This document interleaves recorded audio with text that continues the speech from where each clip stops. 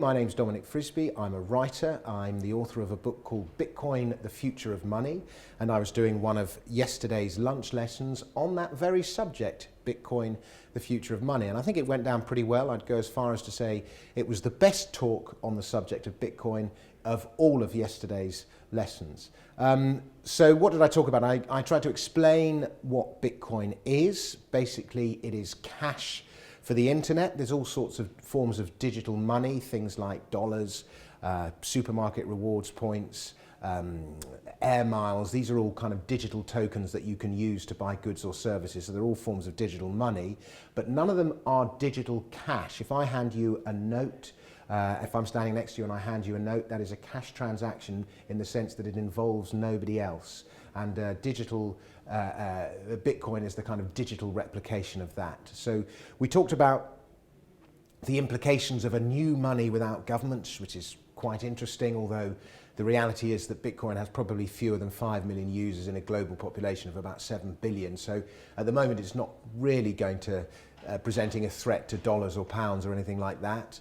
But what is, to me, so fascinating about Bitcoin, beyond the kind of exciting political discussion that it always arouses, is the technology behind it, which is this enormous database, this permanent record that cannot be changed, that keeps growing organically. And it's called the blockchain. And it has made the digital cash transaction possible. All the techies and the computer coders are terribly excited about the breakthrough that is the blockchain. But what is so interesting now is that this structure of permanent memory is going to be used for all sorts of other applications beyond a simple money system. I said that Bitcoin isn't threatening the hegemony of the pound or the dollar, but it is actually being used on a practical basis on black market sites, or as they're known as dark web sites, and it is the unit of exchange on the black market. Now, I'm not suggesting for a second you go out and use black markets or buy any of the goods and services that are sold on black markets, but the fact that black markets are using the technology on a daily basis shows that it works. And so techies are now looking at Bitcoin, or the blockchain technology behind it, and they're going, what else can we use this for except for money? And you're going to see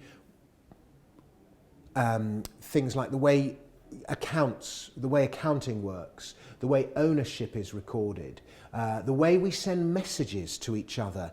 At the moment, if I use Gmail or Facebook or iMessage or any of those communication systems, a third party can read what is said, and they can use that information if they choose to. But thanks to the blockchain, we're going to see new ways of communicating with each other, a bit like an old-fashioned letter in an envelope, where only the person that receives the message gets to read it. And I think that has all sorts of exciting implications for privacy. So we're going to see, what else are we going to see? The way stock markets work, the way shares are registered, the way financial assets are traded. They're all going to basically have done to them by this blockchain technology the same thing that the internet did to publishing and music and communication. So it's a very exciting time moving forward. And those were the kind of things I was talking about in my lunch lesson. And if you didn't make it, what can I say? Read the book, come next year, and I'll talk about something similar next year. Thank you very much.